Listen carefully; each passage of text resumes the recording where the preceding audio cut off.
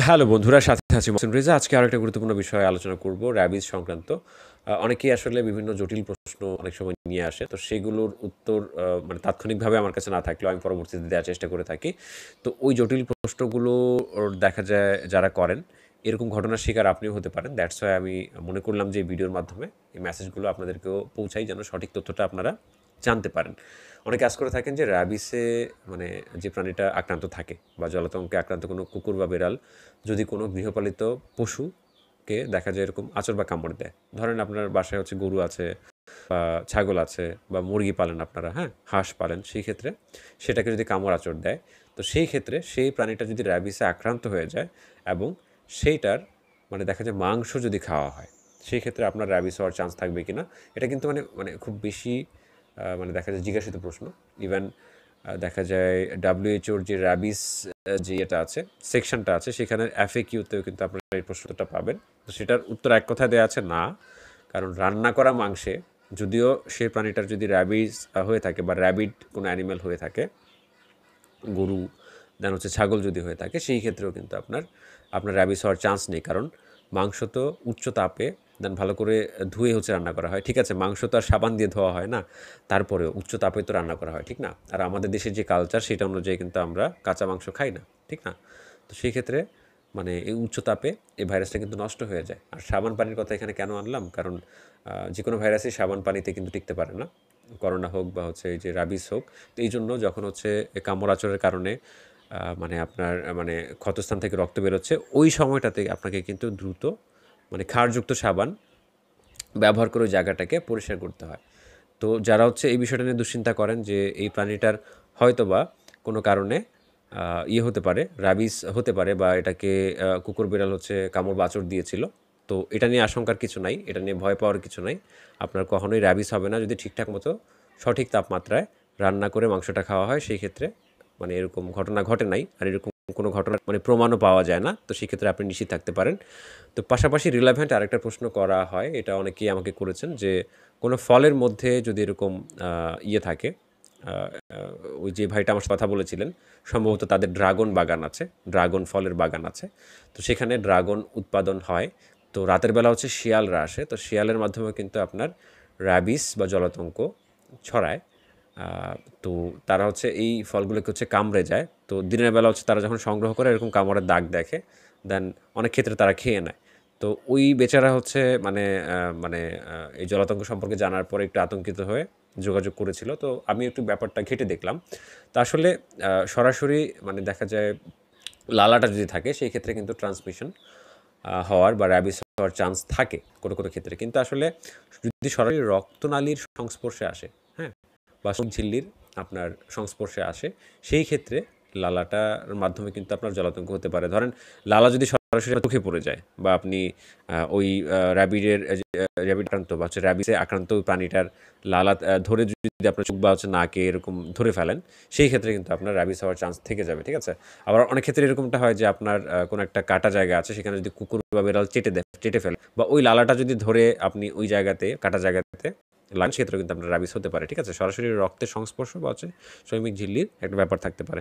তো এই ক্ষেত্রে আসলে তার যে ঘটনা আমি পর্যালোচনা করে দেন হচ্ছে মূল্যায়ন করে যে বিষয়টা আমি দেখলাম, সেটা হলো যে মানে তার এই যে শিয়ালগুলো যে কাজগুলা করে সেটা হচ্ছে রাতের বেলা করে। তো রাতের বেলা করার কারণে এগুলো একটা নির্দিষ্ট সময় পর্যন্ত আপনার জেনারেলি হচ্ছে ১ ঘন্টার বেশি মানে এই যে যে লালাগুলা সেগুলা কিন্তু আমাদের মানে দেশের যে আবহাওয়া সেটার কারণে টিকতে পারে না। কারণ এমনিতেও আমরা দেখা যায় কফ, থুতু যখন ফেলি ১-১.৫ ঘন্টা পরে এমনিতেই এটা ভ্যানিশ হয়ে যায়। তো এই রাবিস ভাইরাস বা এই লালাটা ১ ঘন্টার বেশি কিন্তু পারসিস্ট করতে পারে না। তো সেক্ষেত্রে ভয়ের কারণ নাই। তো এই শিয়াল মামারা হচ্ছে রাতের বেলা এই কাজটা করে যায়। ওরা হচ্ছে দিনের বেলা একটা সময় গিয়ে এটাকে ভালো করে ধোয়, আবার আমাকে এটা বলছে যে ভালো করে ধুয়ে হচ্ছে রাখাই। তো সেই ক্ষেত্রে আসলে রাবিস হওয়ার চান্স নাই। যদি এরকম হয় যে তরতাজা মানে এখনই কামড়ে গেছে, এখনই যদি আপনি খেয়ে ফেলেন, সেই ক্ষেত্রে কিন্তু আপনার রাবিস হওয়ার চান্স থাকে। কিছু, কিছু মানে ঘটনা আমি দেখেছি, বাট এরকমটা হওয়ার কথা না। কারণ আমাদের স্টমাকে কিন্তু একটা মানে খুব শক্তিশালী একটা অ্যাসিড আছে, হাইড্রোক্লোরিক অ্যাসিড। সেটাও কিন্তু এই রাবিস যদিও আমাদের স্টমাক পর্যন্ত যায়, সেই ক্ষেত্রে সেটাকেও নষ্ট করে ফেলতে পারে, ঠিক আছে? আরও একটা রিস্ক হচ্ছে যদি আপনার মুখে কোনো ক্ষত থাকে। অনেক ক্ষেত্রে এরকম থাকে না যে আপনার মাড়ি দিয়ে রক্ত পড়ছে বা হচ্ছে আপনার মুখের ভিতরে আভ্যন্তরীণ কোনো ক্ষত আছে বা জিহ্বায় ক্ষত আছে, সেই ক্ষেত্রে যদি সরাসরি উন্মুক্ত সেই লালাটা ফলের মাধ্যমে আপনি মানে কনজিউম করেন, সেই ক্ষেত্রে কিন্তু আপনার র্যাবিস হওয়ার চান্স থেকে যাবে। হ্যাঁ, তো নিত্যনতুন আসলে র্যাবিসের প্রশ্ন পাওয়া যাচ্ছে, দেন আমিও এগুলা আমার দিক থেকে যতটুকু সম্ভব এগুলাকে ক্লারিফাই করে বা রেফারেন্স আকারে আপনাদের জানানোর চেষ্টা করছি। তো র্যাবিস নিয়ে আতঙ্কিত হবেন না, যদিও এটা দেখা যায় মৃত্যুর হার 100%, এটা মানে করোনার চেয়ে মারাত্মক, করোনার চেয়ে ভয়ঙ্কর।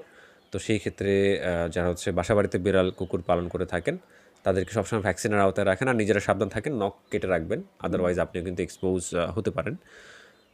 তারপরে কোনো প্রশ্ন থাকলে অবশ্যই কমেন্ট সেকশনে কমেন্ট করেন। আর দুঃখিত, আমি র্যাবিস সংক্রান্ত বিষয়ের জন্য অনেকক্ষণ কথা বলতে হয়, একজনের সাথে অনেক দেখা যায় 20-25 মিনিট পর্যন্ত কথা বলতে হয়, দেন রেফারেন্স দেখাতে হয়। তো এই জন্য আমি র্যাবিস সংক্রান্ত বিষয়ে পেমেন্ট ছাড়া মানে কথা বলতে পারি না, এই জন্য আমি দুঃখিত। তবে যারা হচ্ছে পেমেন্ট করতে পারেন না তাদের জন্য একটা অপশন হচ্ছে যে আমার মানে চ্যানেলে হচ্ছে প্রতি সোমবার আর হচ্ছে শুক্রবার লাইভ হয় রাত 9টার পরে, 9টা থেকে 11টা পর্যন্ত আমি সময় দিতে পারবো। তো এই সময় আপনারা আসেন, দেন সেখানে আপনাদেরকে যুক্ত করে রেফারেন্স দেখিয়ে আমি কথা বলতে পারবো। ঠিক আছে, এই হচ্ছে আপনাদের জন্য লাস্ট অপশন। আর দিনের বেলা আমি প্রচণ্ড ব্যস্ত থাকি, আমার জাস্ট হচ্ছে একজন অ্যাসিস্ট্যান্ট থাকেন যে হচ্ছে হোয়াটসঅ্যাপটা মেনটেন করে থাকে, তো তার সাথে আপনি কথা বলে আপনার সমস্যা জানাতে পারেন। তিনি যতটুকু জানেন এর মধ্যে তিনি আপনাকে অ্যান্সার দেওয়ার চেষ্টা করবেন। অবশ্য র্যাবিস বিষয়ে তো আলাদা একটু পড়াশোনা করতে হবে, এছাড়া মানে জানার খুব সুযোগ কম ভ্যাকসিন সংক্রান্ত বিষয়। দেন আরও অনেক কিছু যেগুলো উনি জানেন না সেগুলো আমার কাছ থেকে জেনে জানানোর চেষ্টা করবেন। বাট কাজের ব্যস্ততা আসলে এটা সম্ভব হয় না, কারণ আমাদের দেখা যায় দিনের বেলা হচ্ছে মানে খুব বেশি ব্যস্ত থাকতে হয়। আর এই হচ্ছে ব্যাপার আর কি। তো সাবধান থাকবেন। আর যদি কখনও এরকম কোনো এরকম সন্দেহযুক্ত প্রাণী আপনাদের দেখা যায় মনে হচ্ছে যে এটা র্যাবিস হয়েছে, হ্যাঁ এমনও আছে, এরকম একজন ভেটেরিনারি চিকিৎসক আমার সাথে কথা বলেছিলেন যে প্রাণীটার র্যাবিস ছিল, সেই ক্ষেত্রে উনি ভ্যাকসিন নিয়েছেন। তিনি তো আমার চেয়ে বেটার জানবেন, বাট তারপরে তিনি আমার সাথে কথা বলেছেন, আমার কোনো একটা লাইভে আমার মনে আছে যে সেটা র্যাবিসই হয়েছিল, প্রচণ্ড লালা ছিল, দেন হচ্ছে পানি দেখলে ভয় পেত, এরকম একটা অবস্থা।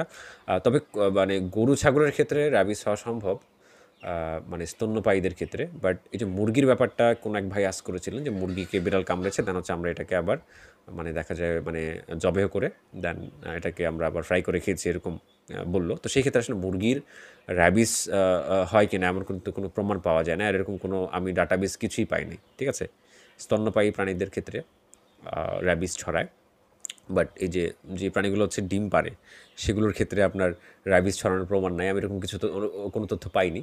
তো আপনারাও চাইলে ঘেঁটে দেখতে পারেন। তো এই হচ্ছে ব্যাপার, খুব সাবধান থাকবেন। আর দেখা যায় যেহেতু মানে আপনি যখন সন্দেহ করবেন যে এই প্রাণীটা হয়তো র্যাবিস হয়ে গেছে, এটার মাংসটা দেখা যায় মানে খাওয়া নিয়ে যারা হচ্ছে খেয়ে ফেলেছেন তো খেয়ে ফেলেছেন, সেক্ষেত্রে সমস্যা নাই, বাট চেষ্টা করবেন এগুলো অ্যাভয়েড করার জন্য। কারণ মানে বিপদ মানে কোন জায়গা দিয়ে আসে আসলে বলা যায় না। যদিও WHO রিপোর্ট বা হচ্ছে এই ভাইরাস মানে আমাদের স্টমাক পর্যন্ত গেলে কোনো যদি ক্ষত না থাকে, আমাদের দেখা যায় খাদ্যনালীতে কোনো ক্ষত না থাকে বা পাকস্থলী কোনো ক্ষত না থাকে বা এই যে মুখে কোনো ক্ষত না থাকে, সেই ক্ষেত্রে যদি আপনি কাঁচা মাংস কোনো কারণে খান, সেই ক্ষেত্রে সেটাও কিন্তু আপনার আমাদের দেখা যায় হাইড্রোক্লোরিক অ্যাসিড নষ্ট করে ফেলতে পারবে সেই ভাইরাসটা। কিন্তু এরকম না হলে আসলে মানে জলাতঙ্ক চান্স নেই। তারপরেও এই ধরনের সন্দেহযুক্ত প্রাণীর মাংস না খেতে বলা হয়ে থাকে WHO কর্তৃক। FAQ সেকশনে এই প্রশ্নটার উত্তর সরাসরি দেওয়া আছে যে এরকম সন্দেহযুক্ত প্রাণীর মাংস যারা খেয়ে ফেলেছেন ভয় নেই, তবে না খাওয়া বেটার। ঠিক আছে?